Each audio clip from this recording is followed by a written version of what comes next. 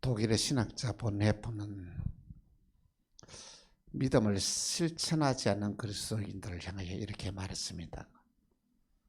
믿는다고 말하면서 진리를 삶에 적용시키지 못하면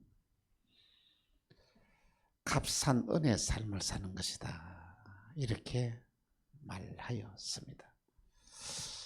사람들은 예수를 믿으면 구원을 받는다고 합니다. 그런데 예수를 믿는 것이 어떤 것인지를 잘 모르고 신앙생활을 하고 있다는 말입니다.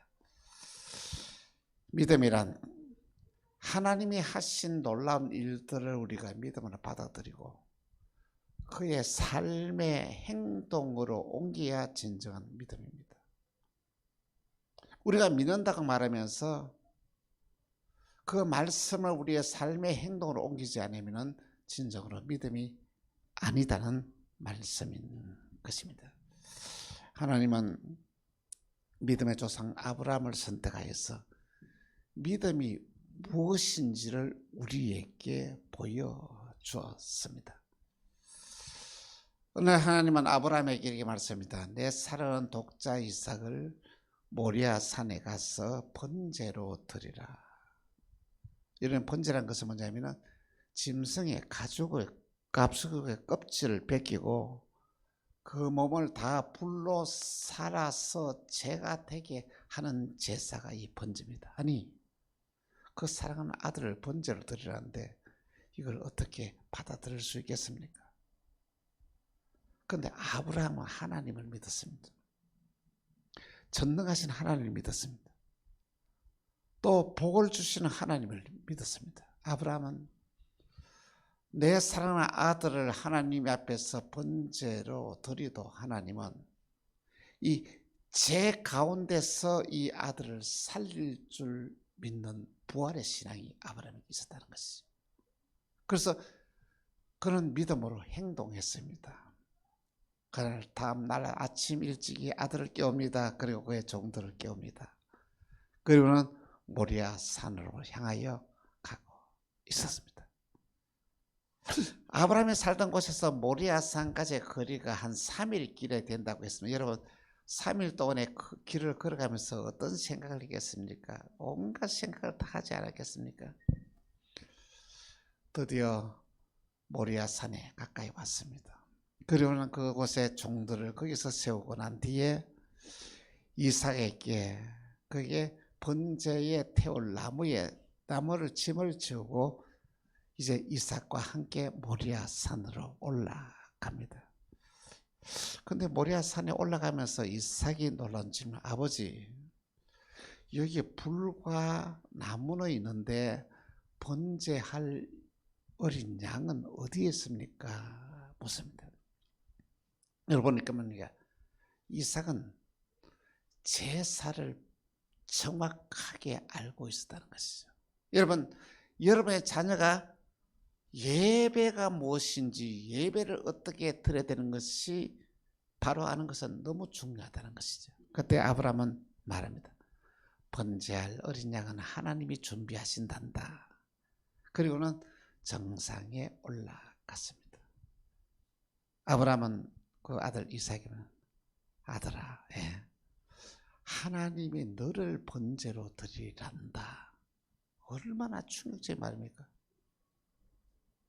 이 번제가 어떤 제사인지 이삭이 너무 잘 알고 있는 거예요.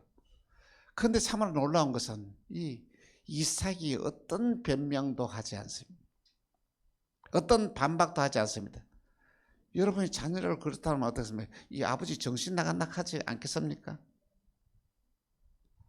놀라운 것은 이 이삭이 자기가 번제로 드릴 제단을 함께 만들고 그러고는 그것을 불로 태워서 이렇게 자기 몸을 태울 나무를 그 위에 올려놓고 그 위에 이삭이 눕습니다.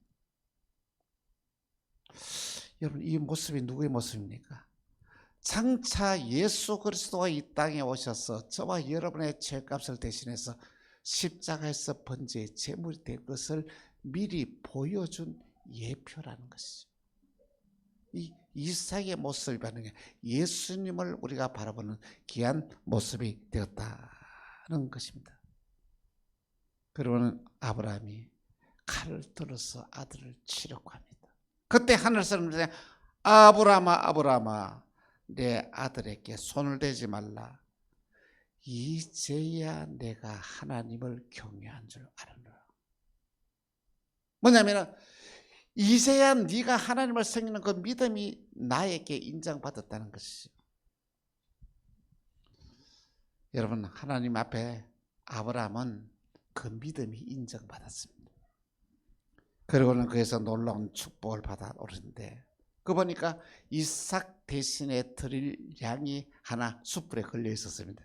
그 양을 잡아다가 번제를 드리고 그 산에서 내려오면서 이삭이 놀라운 축복을 받았는데, 바로 여호와의 일의 축복을 받습니다. 이것은 하나님이 준비했다는 축복은 참 놀라운 것은, 여러분 성경을 읽어보십시오.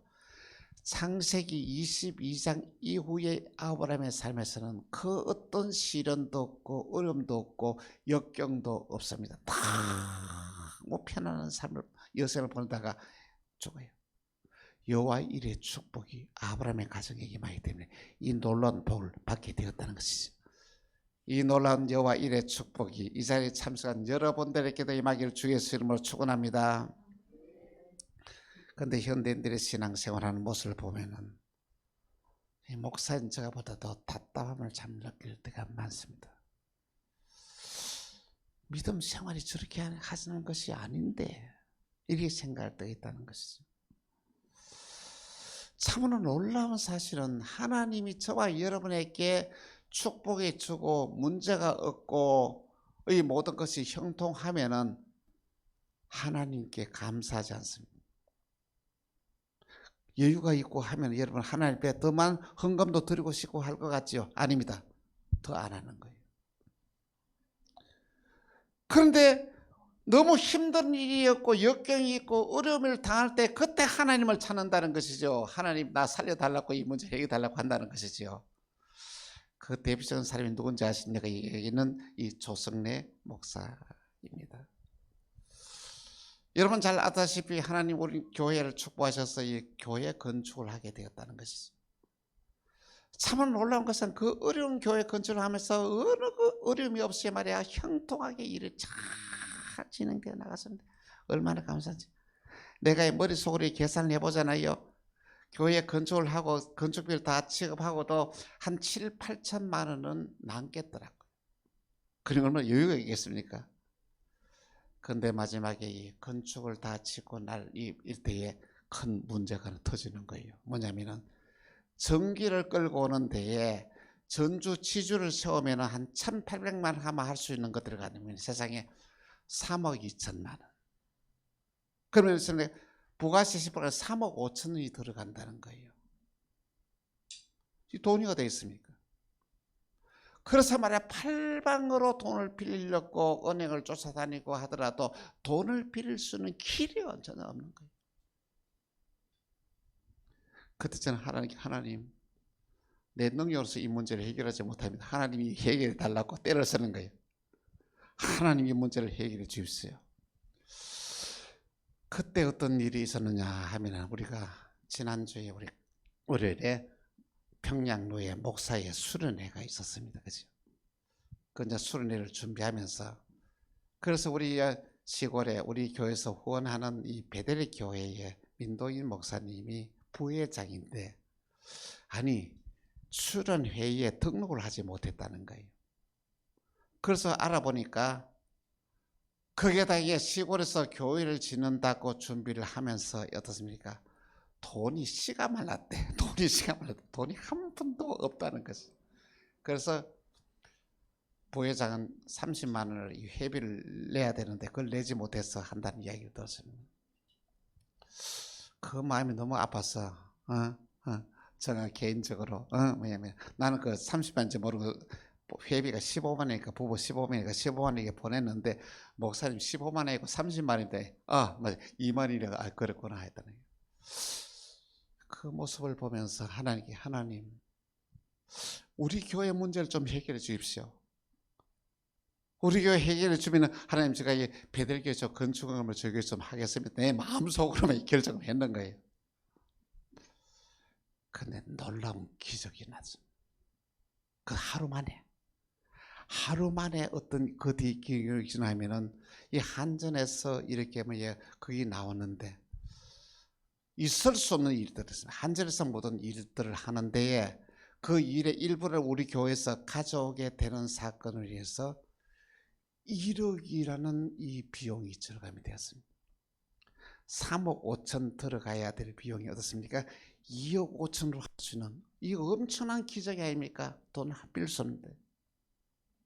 그것으로 끝나는 거야. 이거 어느 집사님이 돈을 빌 수 없는데 그 산 은행 이자의 가격으로 1억 5천을 또 빌리가 왔습니다.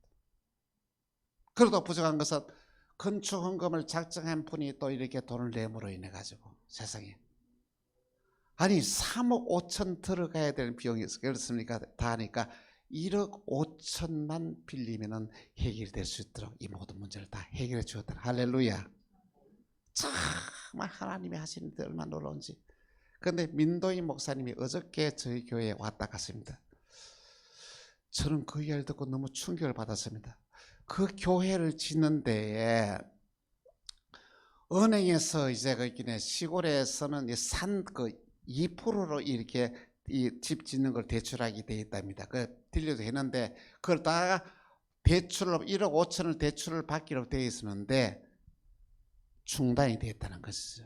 왜냐하면은 그 전에 땅을 사고 하면서 돈을 갖다 3,500만 원 빌렸는데 1,500만 원 빚고 2천만 원을 가지고 갚지를 못해서 그걸 갖다 다 갚아야만이 정리돼야만이 이 대출을 할 수 있다는 거예요.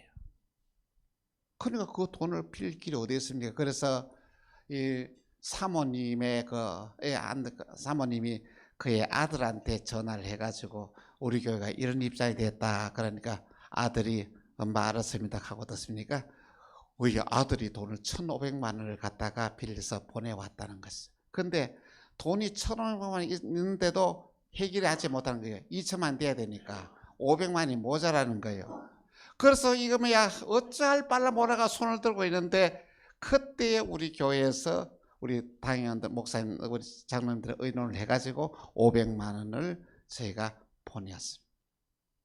정말 놀라운 일입니다. 그래서 그걸 가지고 이다 은행에 갖고 이 대출을 받아냈다는 놀라운 소식을 듣게 되었습니다. 여러분 살아계신 하나님 믿습니까? 하나님 살아계십니다. 하나님은 저와 여러분을 통해 놀라운 일들을 이루십니다. 하나님이 왜 이삭을 아브라함에게 번제를 드리라고 하신지 아십니까? 하나님이 아브라함에게 복을 주기 위해서입니다. 창세기 22장 16절 18절입니다. 같이 시작. 이르시되 여호와께서 이르시기를 내가 나를 가리켜 맹세하노니 내가 이같이 행하여 내 아들 내 독자도 아끼지 아니하였은즉 내가 내게 큰 복을 주고 내 씨가 크게 번성하여 하늘의 별과 같고 바다의 모래 같게 하리니 내 씨가 내 대적의 성문을 차지하리라. 또 내 씨로 말미암아 천하 만민의 복을 받으리니 이는 내가 나의 말을 준행하였음이라 하셨다. 할렐루야. 하나밖에 없는 아들을 하나님께 드렸더니 그의 후손은 어떻습니까? 하늘의 별처럼 바다의 모래처럼 많을 뿐만 아니고 너의 후손을 통하여 모든 백성이 복을 받을 것이라 엄청난 복을 주었다는 것이죠. 여러분 오늘 저와 여러분이 정말로 하나님 앞에서 우리의 믿음이 인정받으면 이러한 놀라운 일이 일어납니다. 여러분을 통해서 하나님은 위대한 역사를 이루어 나가십니다. 오늘 저와 여러분이 믿음이 하나님께 인정받는 은혜 역사에 나기를 주 예수 이름으로 축원합니다. 먼저 첫 번째로 구원자 예수 그리스도입니다. 예수 그리스도는 이 땅에 구원자로 오셨습니다. 여러분 우리를 구해 줄 수 있는 분은 어느 누구도 없습니다. 하나님 보시니까 왜? 우리를 구원하기 위해서는 우리 인간이 지었던 이 죄를 다 사함받아야 되는데 이 인류 역사에서 죄가 없는 사람이 한 사람도 없다는 것이죠. 우리 인류를 살릴 수 있는 한 가지 비결이 있다면 우리 인간을 창조하신 하나님이 이 땅에 인간을 오셔서 우리 인간이 하지 못한 이 법을 다 지키고 우리 인간의 죄값을 다 치료해야 한다는 것이에요. 하나님은 피조물인 인간의 몸으로 이 땅에 오셨습니다. 마태복음 1장 21절에서 23절에 이렇게 말씀하셨습니다. 아들날이니 이름을 예수라 하라. 이는 그가 자기 백성을 그들의 죄에서 구원할 자이심이라 하니라. 이 모든 일이 된 것은 주께서 선지자로 하신 말씀을 이루려 하심이니 이르시되 보라 천자가 잉태하여 아들 낳으리니 그의 이름을 임마누엘이라 하리라 했으니 이는 번역한즉 하나님이 우리와 함께 계시다. 하나님이 우리와 함께 계시기 위하여 이 땅에 인간으로 오셨다는 것이죠. 그 하나님이 우리가 져야 할 모든 죄의 값을 십자가에서 다 치르시고 우리를 구원했다는 것이죠.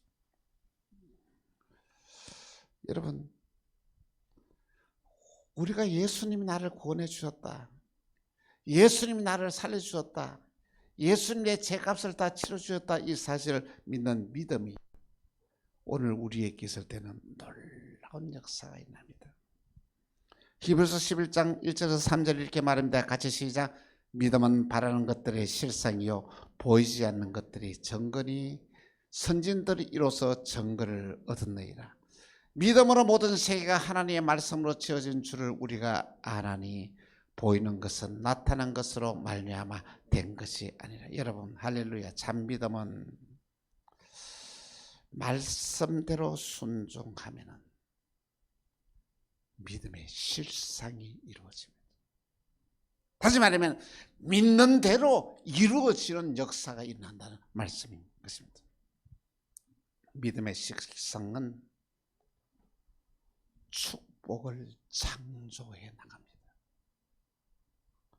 믿음의 실상은 문제를 해결해 나갑니다.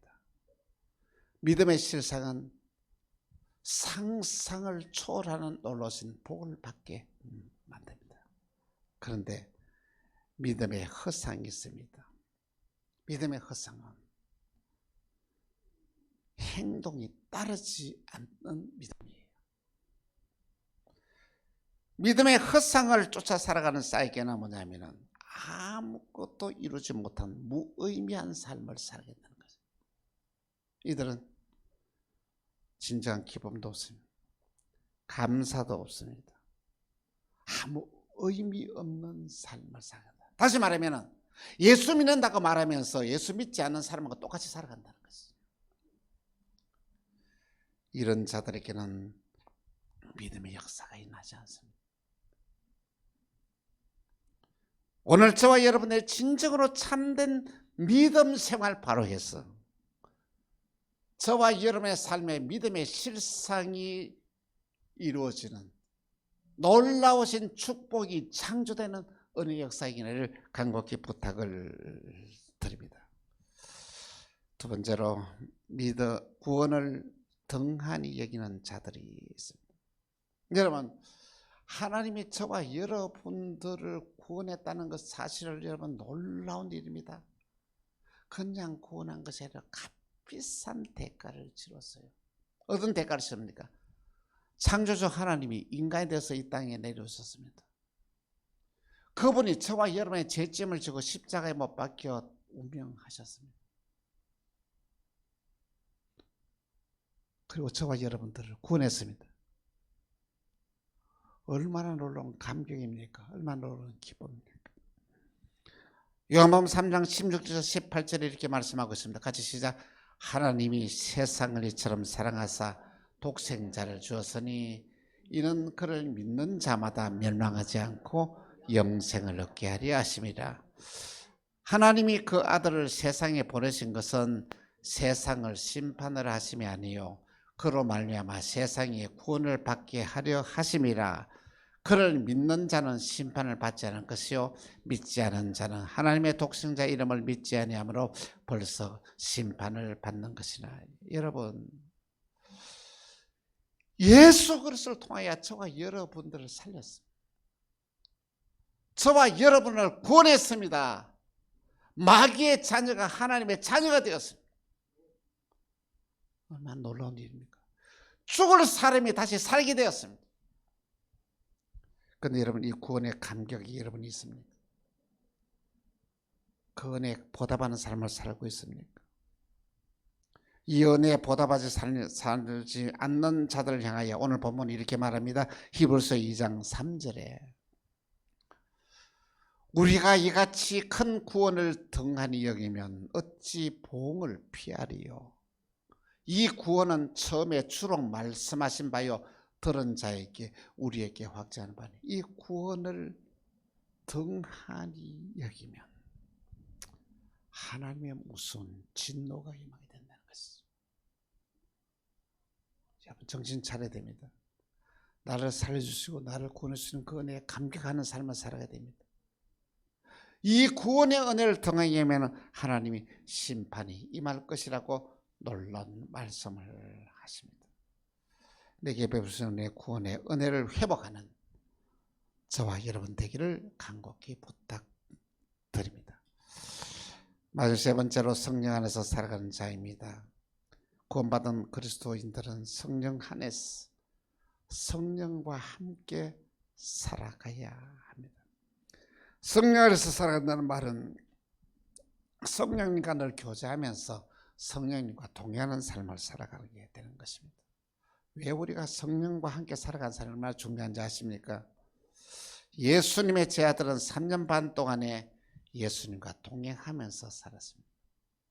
예수님과 함께 놀라운 기적을 일으키며 살았습니다. 예수님을 통해 철저한 교육과 훈련을 받았습니다. 이런 특혜가 어디 있습니까? 그런데 예수님이 십자가 못 박혀 운명하셨습니다. 그들은 어떻습니까? 다 도망갔습니다. 그런데 3일 만에 다시 살아나셨습니다. 부활하신 예수님을 그들이 찾아가서 다 만났습니다. 그런데 이들은 그 두려움에서 벌벌 떨면서 숨어 있었던 것입니다. 그런데 그들이 한 일이 무엇입니까? 부활하신 주님을 만나고 함께 모여서 기도했습니다. 그런데 오순절날 되어서 성령이 임하게 되었다. 성령을 받는 것을. 그들이 성령 받으니까 가슴이 뜨거워졌습니다. 기쁨이 충만했습니다. 제자들은 성령 받고 난 이후에 담대했습니다. 숨어있던 그들이 나가서 복음을 전했습니다. 성령 받은 이들은 놀라운 기적의 역사를 일으켰습니다. 성령 충만한 이들은 정말 성령님과 함께 동행하는 삶에서 위대한 삶을 살아가는 말입니다. 여러분, 사람의 변화는 교육으로 이루어지지 않습니다. 성도의 변화는 제자 훈련으로서도 이루어지지 않습니다. 내가 진정으로 변화받기를 바라면 저와 여러분 성령 받아야 됩니다. 성령 받으면 누가 시키지 않아도 헌신하게 되고, 누가 시키지 않아도 충성하게 되고, 누가 무슨 말을 하지 않아도 하나님 앞에 헌신된 삶을 살아가게 됩니다. 성령은 우리의 삶을 인도하시고 하나님의 뜻을 쫓아 믿음으로 살아가게 만듭니다. 사랑하는 성도 여러분, 여러분은 구원과 감격 속에서 살아가고 있습니까?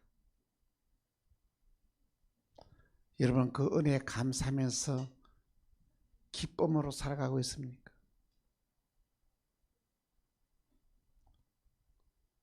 감사하면서 살아가고 있습니까?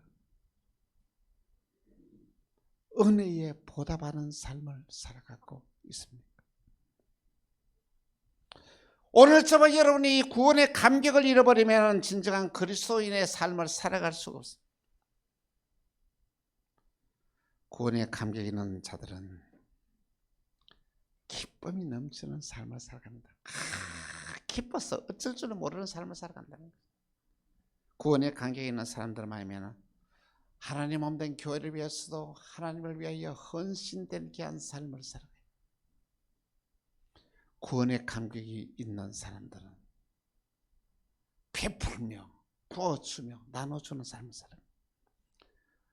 구원의 감격이 있는 사람들은 아무리 힘든 일 타고 어려운 일 타고 역경을 당해도 저 하늘의 소망을 가지고 넉넉히 이기는 삶을 살아가게 되는 것입니다. 우리는 구원의 감격을 회복해야 됩니다. 우리는 바로 믿어야 됩니다. 믿음의 증거가 우리의 삶 가운데 나타나야 됩니다. 예수 그리스도께서 나를 위하여 죽으시고 값비싼 대가를 치르고 우리를 구원했습니다. 하나님은 그의 아들을 죽여 우리를 살렸다는 것이죠. 이 은혜를 바로 알고 신앙생활을 해야 한다는 것입니다. 이제 우리 하나님께 빚진 자가 아닙니다. 하나님의 가족이 되어 구원받은 자들은 구원의 감격과 기쁨을 회복하여 능력 있는 삶, 승리한 삶, 복된 삶을 살게 됩니다. 우리 모두 구원의 감격을 회복하여 하나님의 바라는 은혜와 축복의 삶의 주인공들이 다 되기를 주 예수의 이름으로 축원합니다. 기도하겠습니다. 하나님, 우리는 구원의 감격을 잊고 살았습니다. 그 은혜에 보답하지 못한 삶을 살았습니다. 하나님 없는 교회를 위해 충성되고 헌신된 삶을 살지 못했습니다. 우리의 허물과 죄를 용서하시고 구원의 감격을 회복하게 하여 주옵소서. 구원의 감격을 회복해서 우리는 성령 충만함 받아야 됩니다.